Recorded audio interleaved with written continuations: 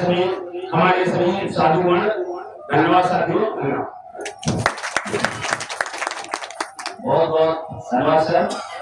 अभी आपने शरण भारती जी को सुना। शरण भारती जी से मैंने भी कुछ ही समय में मुलाकात हो पाई है। वास्तव में समाज के प्रति चिंता रखते हैं।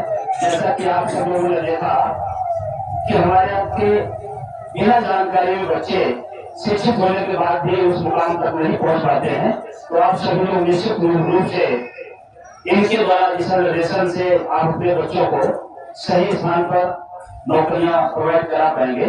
और सिर्फ इन गोष्ठियों का मतलब यही है कि जिसके पास जो भी कुछ जानकारी है समाज के बीच में आएगी तो उन अवसरों को हम खोने से बच जाएंगे, अर्थात हमें उन अवसरों में पार्टिसिपेट करने का मौका मिलेगा। साथियों, सबसे पहले माता सावित्रीबाई फुले के जन्म महोत्सव पर आपको ये पता होना चाहिए कि बाबा साहब से पूर्व में सावित्रीबाई ने ही शिक्षा की ज्योति जलाने का काम किया था। इसीलिए इनको प्रथम शिक्षिका के रूप में हम सभी लोग मानते हैं।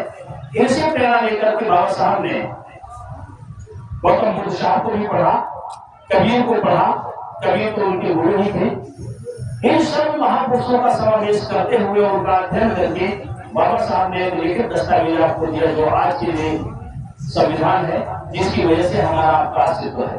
अर्थात महिलाओं में सबसे ज्यादा शोषण होने का जो प्रक्रिया थी, वो महिलाओं के साथ क्या होता था कि उनको तो अशिक्षित रखने के लिए ही सिस्टम बनाया गया था। जो पढ़ने के लिए कोई लड़की है कहाँ पढ़ने जाएगी, ये मैंने भी सुना है और देखा भी है, लड़कियां कहाँ जाएंगी।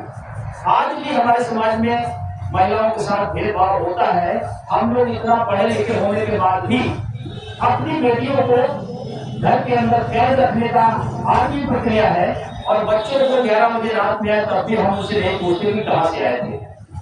निश्चित रूप से हम समानता की बात करते हैं तो हमें बेटियों और बच्चों को, जब हम अपने बच्चे को घर में कैद कर लेंगे तो बाहर हमारी बेटियां अपने आप सुरक्षित होंगी। मेरा ये मानना है कि बेटे और बेटियों के बीच में ये हम सभी लोग भेद नहीं रखेंगे। जब बच्चे से पूछ सकते हैं कि आप, बेटी से पूछ सकते हैं कि 6 बजे से आपको घर में रहना, तो बच्चे को क्यों नहीं रहता। साथियों, ज्यादा कुछ न कहते हुए मुझे ऐसा लगा कि धन वैभव तो सही कमा सकते हैं। हमारे मान सिंह बैठे हैं, अच्छी पोस्ट से रिटायर होने के बाद, ऐसे बहुत सारे लोग हैं। लेकिन जो ये कारवा है, इस कारवे को पैसे से नहीं खरीदा जा सकता है। लोगों के दिलों में जो जगह बनाना है वो आप काम करके बना सकते हैं। महापुरुषों को हम सीखे, देखे, बाबा साहब ने इतनी बड़ी योग्यता रखने के बाद दुनिया का कोई ऐसा पद नहीं है जो बाबा साहब नहीं ले सकते थे। लेकिन बाबा साहब ने आप और हमारे लिए उन्होंने जो कुर्बानी दी, उसका कारण है कि आज आपके चेहरे पर मुस्कान है। आप अपने बच्चों के बीच में रह करके आप कुछ कर सकते हैं, उनको आगे नए सपने दिखा सकते हैं। तो मैं एक पंक्ति से नवाजना चाहूंगा कि यह संसार सराय बसेरा कोई नहीं रह पाएगा। यह संसार सराय बसेरा कोई नहीं रह पाएगा। भिक्षु, यतीम, भूपति, यहाँ पर जो आया समझाएगा, जो आया समझाएगा। इसलिए आप शरण भारती जी को देख रहे हैं, कोई इंस्पेक्टर है, किसी को दरोगा देख रहे हैं, किसी को जज देख रहे हैं। अभी आप कुछ दिन पहले आपने देखा है, जज साहब रिटायर हो गए, जज पोस्ट पे रहने के बाद जज थे, और अब इसके बाद तो उनको आप ये मान लीजिएगा जैसे बल्ब होता है जो प्रकाश देता है और फ्यूज होने के बाद वो सब कुछ ऐसा रहता है, लेकिन इसके बाद शून्य हो जाता है। ठीक उसी प्रकार से हमें आपको सोचना चाहिए कि हमें अपने महत्व को अपने जीवन को यथार्थ करने के लिए हमें निश्चित रूप से कुछ ऐसे कारनामे करके जाना है जिसमें से हमारे किए गए कार्यों को ये समाज, ये देश याद रखें। मैं इन्हीं तमाम जिज्ञासाओं के साथ आज पूरी समाज संगठन की ओर से आप सभी लोगों को आमंत्रित किया है। विगत 23 नवंबर को झलकारी माई जन्मोत्सव जैसा कि प्रत्येक वर्ष मनाया जाता है, उसमें से बहुत सारे हमारे ऐसे महान भाव थे जो समयाभाव के कारण या वहां अनुपस्थित होने के कारण उनको हम सम्मानित नहीं कर पाए थे। आज उन सभी लोगों का यहाँ पर सम्मान भी है। बहुत सारे लोग ऐसे थे जिनको हम पुस्तिका अपने जो साल में हम काम करते हैं उस कार्य की एक पुस्तिका भी भेंट करनी थी। ऐसे भी लोग थे, उन सब लोगों को इसी कार्यक्रम में हमें लेना है। तो वक्ताओं से मैं निवेदन करूंगा कि यहाँ से कोई ऐसे न जाए, भोजन का भी अरेंजमेंट है, समय दीजिएगा। आज का समय कोई समाज संगठन के लिए अपने निजी कार्यों को छोड़ करके ज्यादा से ज्यादा समय दे, ताकि हम अपने इस कार्यक्रम को पूरी तरह से संपन्न कर पाए। मैं अभी ये ज्यादा कुछ बोल गया, सिर्फ क्या ये हमें बताने की जरूरत थी। ऐसे कोई नहीं जाएगा, सम्मान के साथ जाएगा और भोजन करके ही जाएगा। जिन लोगों को बैठने में प्रॉब्लम है उनके लिए चेयर भी लगा दी गई है। घुटने जिसकी जवाब दे रहे हैं तो थोड़ी देर चेयर भी ले सकते हैं।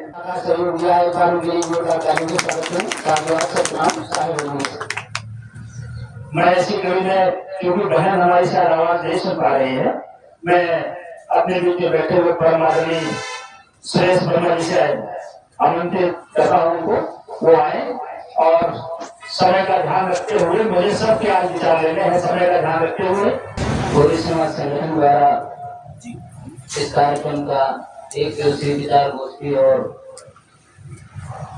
माता सावित्री बाई की जयंती आज इस पावन धरती पर जो कलिस आश्रम है उनके पड़ाव पर, हाँ काफी लोग इस आश्रम के विषय में नहीं जानते हैं और हमें 3-4 वर्षों से इस आश्रम को जान रहे हैं। इसके पहले मुझे भी नहीं पता था, लेकिन निकलता मैं यहीं से था। तो ये आश्रम असल में हमें एक गेट पर बोर्ड होना चाहिए इस आश्रम का, ताकि बाहर से लोगों को देख सके। और गेट पर बोर्ड न होने की वजह से इन्हें नहीं हो पा रहा है ये आश्रम, और जबकि अंदर इसकी भव्यता और सुंदरता जरूर समाज सेवी के द्वारा या हमारे समाज के द्वारा जो सहयोग दिया गया है वो प्रशंसनीय है और आश्रम बहुत अति सुंदर है और इसमें इंफ्रास्ट्रक्चर और भी किए जा सकते हैं। आज बात करूंगा सावित्रीबाई फुले की। सावित्रीबाई फुले का जो जीवन था वो संघर्षों से भरा था। वो अपने समाज के प्रति उन्होंने जो दिया है और जो उन्होंने किया है, हमें लगता है कि नारियों में पहला त्याग करने वाली और दिशा जो नारियों को नहीं पुरुषों को दिशा देने वाली महिलाओं में यदि कोई माता ने जन्म लिया तो वो सावित्रीबाई ने। सावित्रीबाई ने अपने जीवन काल में जितना कोई भी व्यक्ति यदि किसी भी व्यक्ति का बार बार अपमान किया जाए, बार बार उस पर कीचड़ उठाए जाए, तो शायद वो एक बार अपने कार्यों से या अपने पथ से भटक सकता है। लेकिन सावित्रीबाई फुले ने अपने समाज को आगे लाने के लिए, अपनी महिलाओं को पढ़ाने के लिए उनके ऊपर कीचड़ उठाए गए, उन्हें बार बार बेइज्जत किया गया, अपमान किया गया। उन अपमानों को दरकिनार करते हुए समाज के प्रति उन्हें चिंता थी और उस चिंता को उन्होंने वो कर दिखाया जिसकी वजह से आज हम भी शिक्षित हैं और नारियां भी शिक्षित हैं। ये उनका योगदान है और हमें लगता है कि महिलाओं को इनसे प्रेरणा लेनी चाहिए और साथ साथ पुरुषों को भी, क्योंकि पुरुषों को प्रेरणा इस बात की लेनी चाहिए कि हमारा यदि अपमान हो जाता है तो हम ईगो में आ जाते हैं और उस समाज को ही छोड़ देते हैं और उस व्यक्ति को छोड़ देते हैं, जबकि वो अपना व्यक्ति होता है, अपना समाज होता है। और ये हमारे समाज द्वारा अपमानित नहीं हो रही थी, ये उन समाज के लोगों द्वारा अपमानित किया जा रहा था जो सामंतवादी लोग थे, जो व्यवस्था बनाए रखना चाहते थे, नारियों को गुलाम बनाए रखना चाहते थे, नारियों को अशिक्षित रखना चाहते थे, ताकि नारियां महिलाएं पढ़ लिख न सके और समाज में क्रांति जब जब हुई है जब जब क्रांति हुई है तब तक नारियों का योगदान रहा है, महिलाओं का योगदान रहा है। और कोई भी ग्रंथ लिखा गया, चाहे वो रामायण हो, महाभारत हो, कोई भी ग्रंथ बिना नारियों के वो ग्रंथ नहीं लिखा गया। उसमें कहीं ना कहीं क्रांति रही है। तो मेरा एक ये संदेश था कि उन्होंने शिक्षा के प्रति जो जागरूकता पैदा की, शिक्षा के प्रति त्याग किया, समर्पण किया अपना और अपमान सहा, उसे हमें नहीं भूलना चाहिए। उसको आगे बढ़ाने की अब मेरी जिम्मेदारी है। आज यदि तमाम हमारे महापुरुष हैं, उनकी विचारधाराओं पर यदि चर्चा और चिंतन किया जाए तो समय बहुत लंबा हो सकता है। तो मैं सीधा सा संदेश दूंगा कि आप शिक्षित हुए हैं नहीं हुए हैं वो एक अलग विषय है, लेकिन बच्चों को शिक्षित करें, तभी आप सर्वांगीण विकास कर सकते हैं। और राजनीति पर पहली नजर रखें।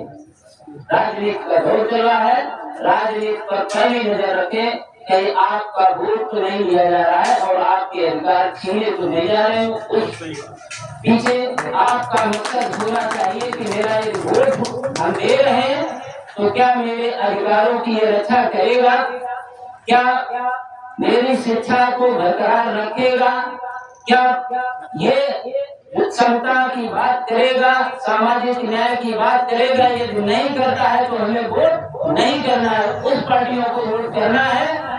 मात्र नारा देने से काम चलने वाला नहीं कि नारा दे दिया किसी ने पार्टी ने कि पीढ़ियों करवाई है और जब लाभ मिलने की बात आए तो एक बार फिर अगला की बात करने लगे। ऐसे लोगों से सजग रहने की जरूरत है। तो इस पर राजनीति पर भी पहली नजर रखिए, तभी आपका विकास संभव है। क्योंकि राजनीति यदि आपके पास है सही रूप से तो आप सामाजिक न्याय की लड़ाई सही रूप से लड़ पाएंगे। और राजनीतिक में पिछड़ गए तो सामाजिक न्याय में आप पिछड़ जाएंगे। और यही कारण है कि हम सामाजिक न्याय अभी तक हमको नहीं मिल पाया। सामाजिक न्याय आपको राजनीति से मिलेगा। तो हमें राजनीति पर कड़ी नजर रखनी है। जो पार्टियां हमारी समता की बात करें, सामाजिक न्याय की बात करें, शैक्षणिक की बात करें तो और भागीदारी की बात करें, उन पार्टियों के साथ हमको वोट देना है। और ये धोखे में रखिए तो उन पार्टियों को आप धोखे में रखिए, ये समझ है। तो इन्हीं बातों को जाना न कहते हुए थोड़ा मैं ये कार्यक्रम करने वाले कानपुर पुलिस समाज संगठन को थोड़ा मैं धन्यवाद देता हूँ। और सभी संगठन समाज जो हमारे बीच में है उनको मैं प्रणाम करता हूँ। साहिब बल्कि बहुत बहुत स्वागत है। अभी हमारे बड़े भाई सुरेश वर्मा जी जिन्होंने अपने हक हकूक की बात को समझाते हुए आपको प्रशिक्षित किया कि हमारा हक और अधिकार कैसे मिलेगा, कि हम अपने मत के द्वारा दूसरों को ताकतवर बना देते हैं और वही लोग हमारे हक हकूक को लूटते हैं। वो सजगता आपके अंदर आनी चाहिए। फिलहाल आज हम चर्चा करेंगे प्रशिक्षण की। माता सावित्री बाई फुले ने हमें शिक्षित न किया होता तो हम ये सोचने लायक भी न होते कि हमारा दोस्त कौन है और हमारा हितैषी कौन है। साथियों, कहते खाली हाथ आया जगत में नहीं लाए कुछ साथ, खाली हाथ आए जगत में नहीं लाए कुछ साथ, ये सब रफे में मानिए जो है तुम्हारे पास। इस बात को थोड़ा सा आप समझें। हम कहते हैं कि मेरा नुकसान हो जाएगा, मेरे पास का धन चला जाएगा, मेरे साथ ये हो जाएगा। सच्चाई है जब जन्म हुआ था तो हमारे हाथ में, किसी के हाथ में कुछ था क्या? जो भी चीजें आपके पास है, एक झोपड़ी है, विरासत में मिला हुआ परिवार है, बीवी बच्चे हैं, उसका मिला तो संसार में ही है। इसलिए उन सब का नफे में समझ करके हमें किसी से ईर्ष्या नहीं करनी है, हमें अपने मार्ग से आगे बढ़ते चलना है। चलिए आप सबको अगले वक्ता के हम विचारों से सलाम करते हैं। मैं फिर से निवेदन करूंगा श्रीमती संगीता देवी बालसुरैनी यदि यहाँ उपस्थित हैं तो वो आए, या फिर वो जब तक आती है उसके पहले उसके जब बुलाना चाहूंगा श्री रामसागर कमल साहब जी को, जो बहुत ही समाज में एक उदाहरण है। परम श्रद्धेय रामसागर कमल साहब जी को निवेदन करूंगा। बाबा साहब, प्रभु साहब और मंच पर आकर सभी गुरुजनों को प्रणाम करते हुए और सभी भाइयों का नमस्कार। मैं ज्यादा कुछ तो नहीं, बस ये है कि मैंने शिक्षा पर विशेष ध्यान दिया, जिसके कारण मेरे 3 बच्चे हैं। सबसे बड़ी बेटी है, वो डॉक्टर है, दामाद जी हमारा डॉक्टर है, कोई नहीं आपको कार्य लागू में सर्जन है, और बड़ा बेटा IIT खड़गपुर से करके आजकल लखनऊ में योजना योग में है, और छोटा बेटा टीचर है। तो मैं सभी लोगों से यही कहूँगा कि आज का दिन भी शिक्षा पर ही आधारित है। माता सावित्रीबाई फुले का जन्म 1831 में 3 जनवरी को हुआ था। आज और भी बच्चा में बोलेंगे, लेकिन मेरा ये विशेष अनुरोध है समाज से कि आप बच्चों को पढ़ाने में प्रति विशेष ध्यान दें। आप अपने खर्चे कम करें, शौक कम करें, रोटी कम खाएं, और बच्चों को पढ़ाएं। पढ़ाई में विकल्प है और कोई रास्ता नहीं है। बच्चों को समझाएं कि आप अच्छा करें या बुरा करें, तो उसको आपको बराबरी देंगे। ऐसा नहीं कि अच्छा पाने के लिए आपको ज्यादा फीस देंगे, खराब करने के लिए कम फीस देंगे।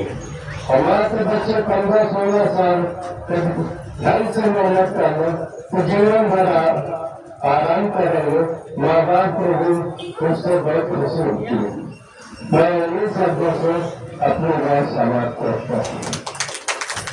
बहुत बहुत धन्यवाद सर।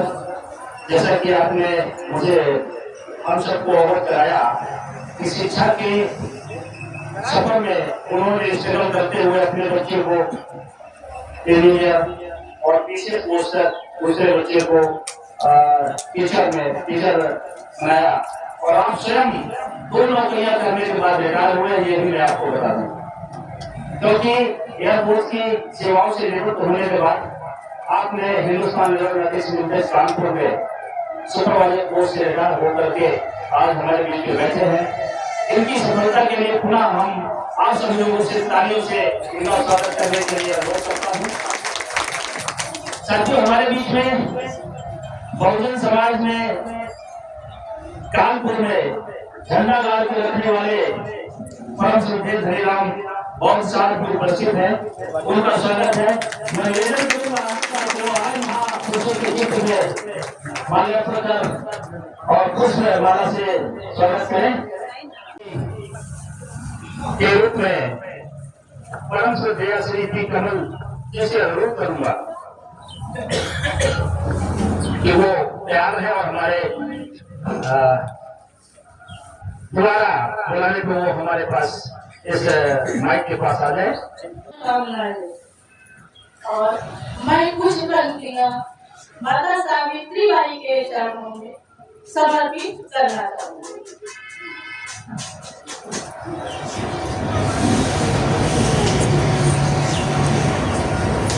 आओ नमन करें हम सावित्रीबाई फूले को, आओ नमन करें हम सावित्रीबाई फूले को, जिन्होंने समाज को यह बात समझाई है, जिन्होंने समाज को यह बात समझाई है, रोटी बर्तन से भी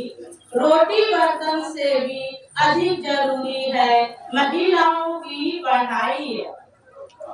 छोटी उम्र में हुआ था उनका व्यय, छोटी उम्र में हुआ था उनका विवाह, पर शिक्षित होने की मन में अधिक इच्छा। तो बंधन रूढ़िवादी विचारों का खोल कर बंधन रूढ़िवादी विचारों का तोड़कर बंधन, रूढ़िवादी विचारों का बनी हुए देश की प्रथम महिला शिक्षिका, बनी हुए देश की प्रथम महिला शिक्षिका, अथक परिश्रम से प्रथम महिला स्कूल खोला, प्रथम अथक तपस्या से उन्होंने पहला महिला स्कूल खोला, दिखाकर ज्ञान का दीपक, दिखाकर ज्ञान का दीपक उन्होंने, दिखाकर ज्ञान का दीपक उनके समाज, उनके जीवन में किया उजाला है। देखा जब उन्होंने समाज में महिलाओं पर होता अत्याचार है, जब देखा उन्होंने समाज में महिलाओं पर होता अत्याचार है, सती प्रथा, बाल विवाह जैसी, सती प्रथा, बाल विवाह जैसी कुरीतियों पर किया अपनी साहसी सोच से प्रहार है। समाज के नारी उत्थान की लड़ाई वो लड़ती रही, समाज के नारी उत्थान की लड़ाई वो लड़ती रही, लोगों की हर जिल्लत को सहकर वह आगे बढ़ती रही, लोगों की हर जिल्लत को सहकर वह आगे बढ़ती रही। क्रांति ज्योति की भारत हम सबको अभिमान है, क्रांति ज्योति वो भारत की हम सबको अभिमान है। ऐसी साहसी जननायिका को, ऐसी साहसी जननायिका को मेरा सत सत प्रणाम है, मेरा सत सत प्रणाम है। धन्यवाद। और हम सभी महिलाओं को अंधविश्वास से दूर रहना होगा, तभी हम कुछ और तुमको जानना नहीं। जैसे हमारे ये नहीं करेंगे तो ये हो जाएगा, ये नहीं करेंगे तो मेरे बेटे को हो जाएगा, मेरे पति को हो जाएगा, उसके लिए बहुत हिम्मत करनी पड़ेगी, बहुत कुछ छोड़ना पड़ेगा। और जैसे हम लोग, मेरे हस्बैंड को एयरफोर्स में थे, तो मैं ज्यादातर पढ़े लिखे लोगों के साथ में रही, तो बड़े लोग हुआ करते हैं जमींदार फैमिलियों से, तो उनके घर में जब मैं बात करती थी तो लोग ज्यादातर पढ़ाई की बातें करते हैं। वो लोग ये पढ़ना, ये करना, डॉक्टर बनना है, मतलब बच्चों को ऐसे पढ़ाना, ये करना। लेकिन हम लोग आज भी, जब मैं अपने गाँव घरों में या पढ़े लिखे भी परिवार में जाती हूँ, तो वहाँ पर कोई ऐसी बात नहीं करता है, ज्यादातर पढ़ाई की बातें नहीं करता है। बस हमने ये फाइल खरीद ली थी तो हमने ये इसमें खरीदा था, तब मैंने उन पड़ोसी को ये दे दिया था, अपने रिश्तेदार को ये दिया था। मैं आज भी ये देख रही हूँ, मतलब 35 साल बाद भी, और वो लोग पहले भी, जब 35 साल पहले भी मैं गई थी बाहर निकल के गाँव से, तभी मैं वहाँ देखती थी वो लोग पढ़ाई की बातें करते थे। हम लोग आज भी नहीं पढ़ाई की बात कर पा रहे।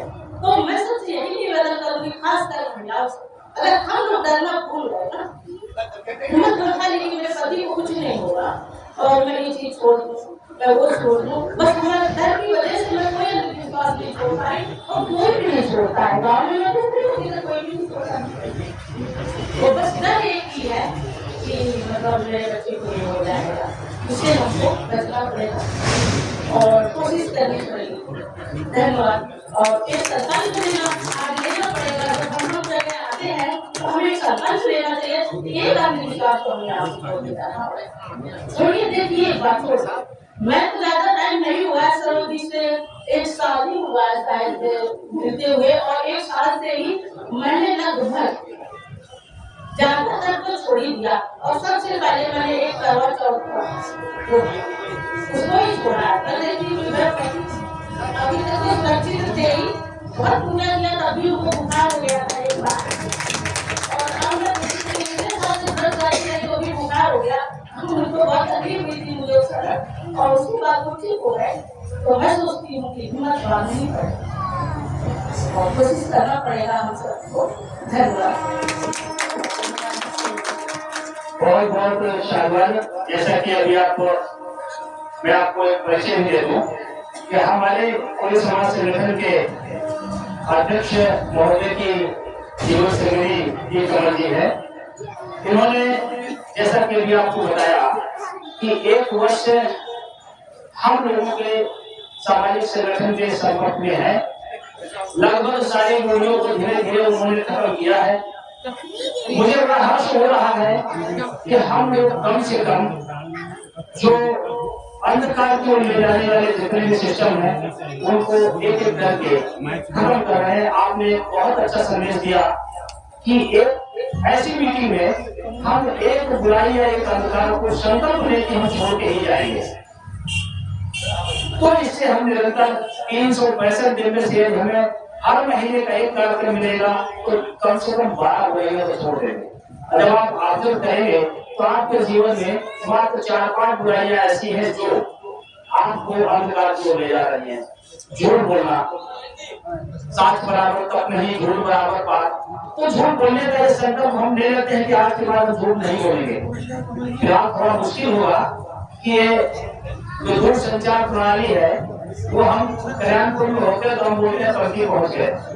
तो इसमें थोड़ा कंट्रोल करना पड़ेगा, लेकिन नामुमकिन नहीं है। निश्चित रूप से इसमें हम सफल होंगे। तो मुझे बड़ा हर्ष होता है इस बात के लिए कि यदि इतनी बड़ी मीटिंग में से हम 5% लोगों को बदल पाए तो हमारा एक गाँव में अतिशीघ्र हमारा समाज खड़ा हो जाएगा। साथियों, मैं अब आप लोगों को अगले वक्ता के रूप में बुलाने से पहले बताना चाहूंगा, संसार में मनुष्य जो है सम्मान पात्र या सम्मान पात्र हो जाता है। इस संसार में क्या है? इस दृश्य संसार में सम्मान और सम्मान को हटा दो, आपके जीवन में क्या बचा? सिर्फ आपके विचार बचे। सम्मान और सम्मान, यही तो चीजें हमें अपने आप में से गर्वित कर देती है। तो सम्मान और सम्मान पाकर मनुष्य खो जाता है, देने वाले को भूल जाता है। देने वाला कौन है? आपका विवेक। अब बहुत सारी चीजें चर्चा करनी है। जैसे हम लोग कहते हैं वो व्यक्ति विचारवान है। विचार किसको कहते हैं? विचार हम अभिव्यक्ति को नहीं कहते, हम एक दूसरे से बात करते हैं, विचार नहीं है। विचार वो है जिसके पास 4 चीजें हैं, वे 4, उसको हम कहते हैं विचार। क्या? बल, बुद्धि, विद्या और विवेक। आपके पास शक्ति होनी चाहिए, बल होना चाहिए, इतनी सामर्थ होनी चाहिए कि आप वो चीज को समझ पाए। बल, बुद्धि तो जानवर के लिए होती है। कभी आप देखते होंगे जानवर जब आपके पास आता है और एक डंडा उठाते हैं तो फिर बन जाता है, लेकिन आप जब बैठ जाते हैं तो फिर आ जाता है।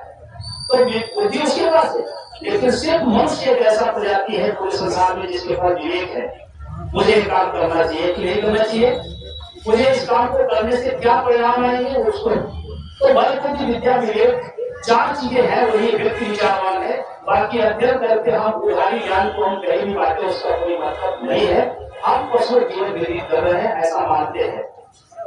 तो ये 4 चीजें हैं, इनसे हमें आपको समझना है और हमें उसको नहीं भूलना है कृतज्ञता को कि हमें संत महापुरुषों ने विचार दिए हैं, तो हमें इनका सम्मान सबसे पहले करना है, क्योंकि विचार से ही हमारा जीवन उत्तम होता है। तो संत महापुरुषों का वाणी जो है यही विचार है, यही अमर है।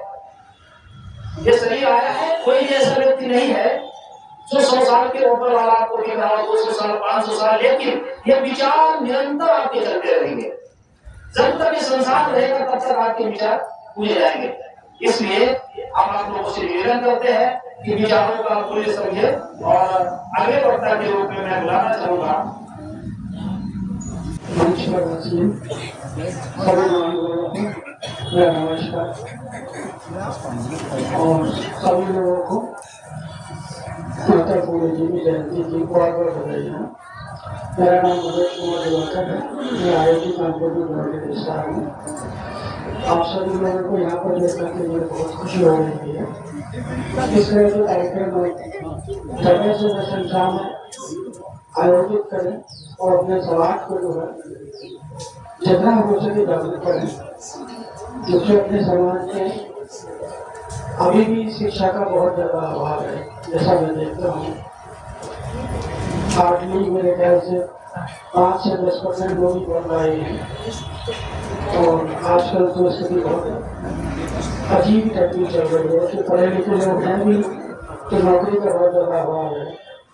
और जैसा बाबा साहब ने कहा था कि सबसे पहले शिक्षा ग्रहण करो, शिक्षक बनो, संगठित रहना बहुत जरूरी है और साथ में संघर्ष तो निरंतर चलता रहेगा। तो वही बाबा साहब तीन शब्द बहुत अनमोल शब्द हैं, उसको ध्यान में रखिए। और यहाँ तक मेरा अपना विचार है, मैं तो पूरे समाज को एससी का, ओबीसी का, इन सबको एक ही मान के चल रहा हूँ। इसमें कोई भेदभाव नहीं होना चाहिए, क्योंकि बहुत साल पहले समाज के कुछ एक आध वर्ग के लोगों ने हम लोगों को दिमाग में लगा करके ढेर सारी जातियों में बांट दिया, और उन्हीं में से कुछ जातियों को बड़ा, किसी को छोटा, किसी को ये, किसी को वो बना करके आपस में भेदभाव पैदा करते हैं, जिससे कि हम सब लोग आपस में ही मिल रहे हैं। और उन्होंने बड़ी समझदारी से अपने आप को वर्ण के अंदर रखा, उन्होंने अपनी जाति नहीं बनाई, अपने आप को वर्ण में रखा। वर्ण में रखने का नतीजा यह हुआ कि वो आज तक संगठित है। और हम लोगों की ऐसी कैटेगरी में देखे तो मेरे जाति 6-7 हजार जातियां हैं, और उसमें भी ऊंच नीच का भेदभाव ये सब नहीं होना चाहिए। ऐसी हो, ओबीसी हो, सभी लोग एक साथ रहेंगे, क्योंकि ये पर्टिकुलर जो कैटेगरी की जो जातियां हैं बहुत सारी, ये हजारों साल से समाज के बहुत सारी जो बेसिक नीड्स होते हैं उन सबसे वंचित रही है, जिसमें सबसे पहले शिक्षा आती है, फिर समानाधिकार आता है। अगर माता फूले ना हुई होती तो आज भी ये नारियां यहाँ बैठी है, माता बहने, वो यहाँ नहीं बैठी होती, ना ही मुझ से खड़े होकर दो शब्द किसी को बोल पाती। आज का समय देखें तो हमारे यहाँ जो लेडीज हैं, बहनें, माता हैं, अच्छी पढ़ाई करके कई जगहों में अच्छी जगह पर पहुंचे हुए, हालांकि उनकी संख्या कम है। तो हम लोग पढ़ाई पर जोर देंगे, भले ही रोटी कम खाएंगे लेकिन बच्चों को पढ़ाई जरूर करेंगे। जिस लेवल पर हो, चाहे इंग्लिश मीडियम आप कर सकते हैं, नहीं कर सकते हैं, हिंदी कर सकते हैं, जो जैसा जिसका लेवल है उस हिसाब से बच्चों की पढ़ाई पर बहुत ज़्यादा ध्यान दें। यही मेरा आप सब लोगों को संदेश है। और इस तरह के कार्यक्रम भविष्य में आयोजित करिए, और बड़े लेवल पर करिए, हमसे जो सहयोग बन सकेगा हम करेंगे। और इस कार्यक्रम की जो आयोजक मंडली है उसको मेरी तरफ से बहुत बहुत बधाई है। और मेरा विशेष धन्यवाद श्री राकेश कमल जी को, जो मेरे मित्र हैं और अरविंद कमांडी में हमारे साथ रहते हैं। इसी के साथ अपनी वाणी को विराम दूंगा। धन्यवाद। बहुत बहुत शाबाश है सर, ये आपको कोई समाज संगठन सदैव आपका आभारी रहेगा और आपके दिशा निर्देशों का अनुपालन करता रहेगा।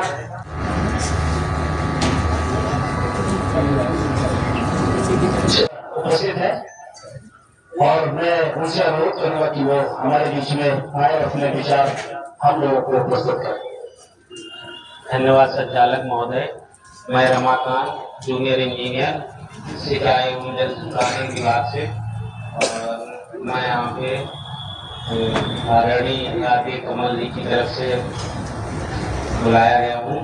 और मेरा ये पहला ही वो है यहाँ पे आए हुए हमारे समस्त वरिष्ठ लोग, माताएं, बहनें, सभी को सबसे पहले मेरा नमन। और इस कार्यक्रम को भव्य बनाने के लिए सभी लोग उपस्थित हुए।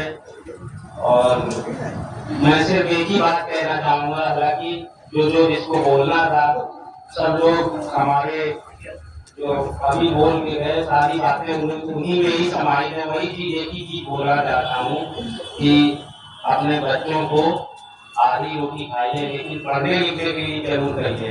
बस इसी चीज के साथ अपनी वाणी को विराम देता हूँ। धन्यवाद। मैं निवेदन करूंगा कि हमारे उप सदस्य महेश बाबू जी